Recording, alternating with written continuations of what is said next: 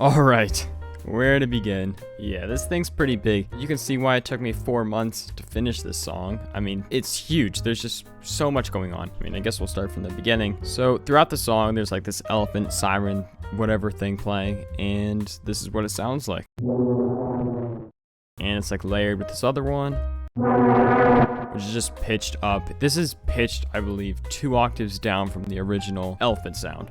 And if we go to like the mixer track on 1, you can see all the effects and the reverb, just everything that's on it to kind of make that sound. I mean, this is the EQ that's just the high ends taken off because there were some things in it that was really annoying, and the natural sound qualities of an elephant were really showing through, so I kind of want to get rid of that. All right, and then so you have this for the build up at the beginning, you just have this low brass note. And that's just rising in volume with this automation clip here. And then you also have like this dark synth thing going on. And that's multiple synths. The Metal Butterfly and Digital Rust is what that is.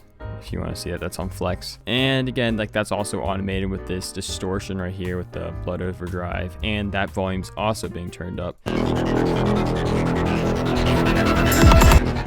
And the drum beat for the next part's fairly simple. I mean, you just got the kicks.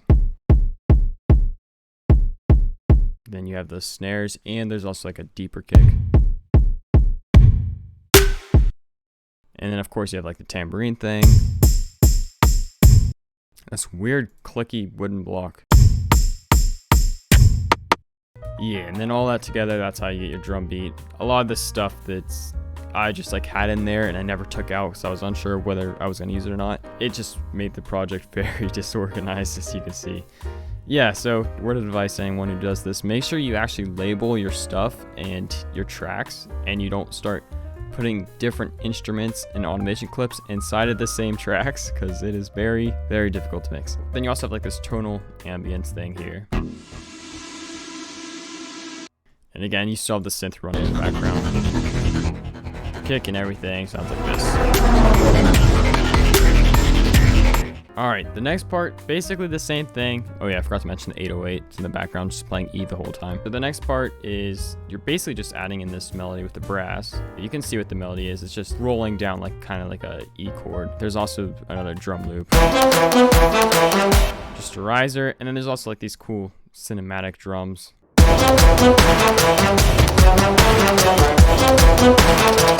And then there's like this pretty cool effect. And I think that's like the only change, other than the strings are now playing out chords. Or sorry, the brass is now playing out chords. It's just E, C, A, B. It's fairly simple. Together.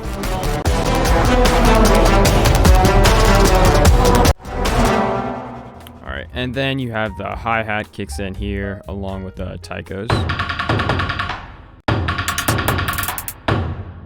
It's got the same drums.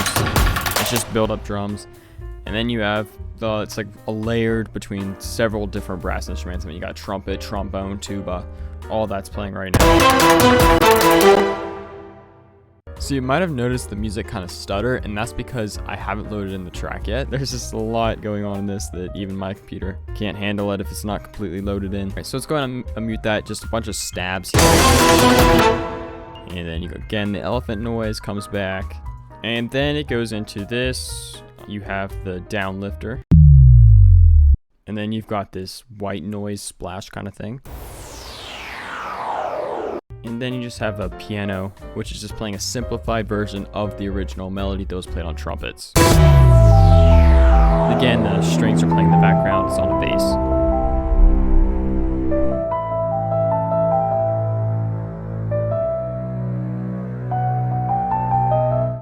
And then there's the vocals. To go over that, I put some reverb on it. Not this reverb, not reverb 2. That one's kind of bad. So the original reverb, 9% on there, so not very much, but the decay time is very high.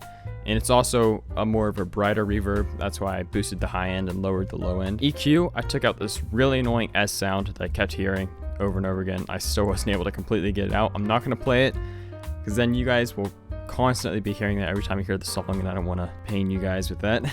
And then I took out the low end. Almost everyone does that, because most noises inside of that, especially for female voices, is no help at all.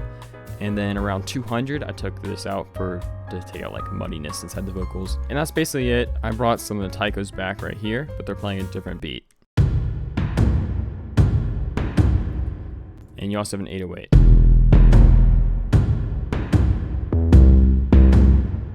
And then you just have these impacts.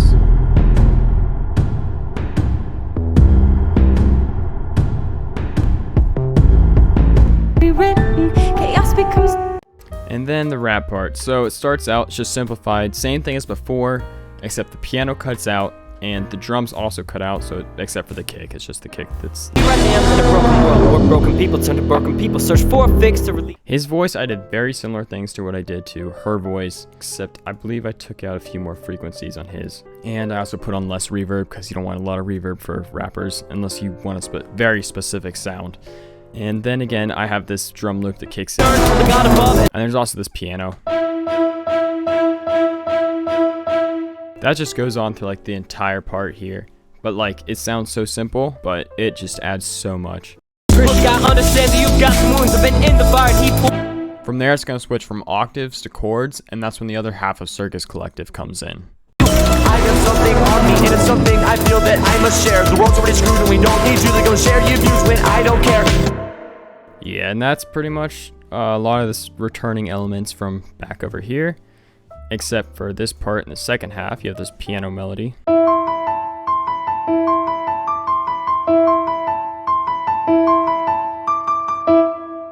Yeah, and that's basically it for this part. So then next, it returns back to the chorus. Beautiful vision. Same thing as before, except now you kind of have this tubular bell. Same drums. There's a little bit more rhythmic elements. And this clip right here slowly fades in. Yeah, you can kind of hear that. And then all together you get...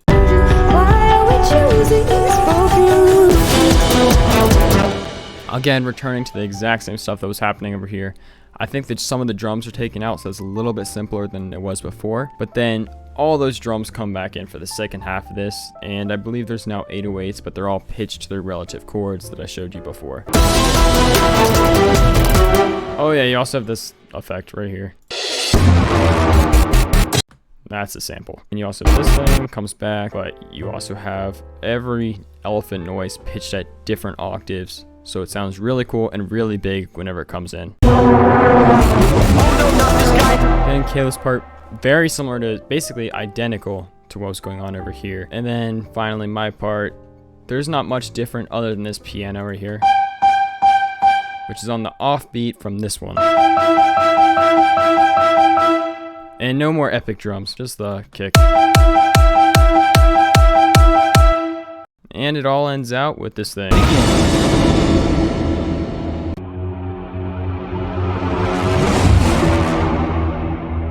That's basically how Alpha Omega was created. I know this wasn't super in-depth, but if I did go really in-depth, this video would take like an hour because there's just way too much to this song. I mean, like the automation clips and everything. But yeah, that's like a basic overview of how it was created. And you can probably see why it took me 4 months to mix this and create this. But yeah, this was a lot of fun to do. Thank you to everyone that helped out with it. And thanks for getting 500 views on that video. That's incredible. All right, see you guys later.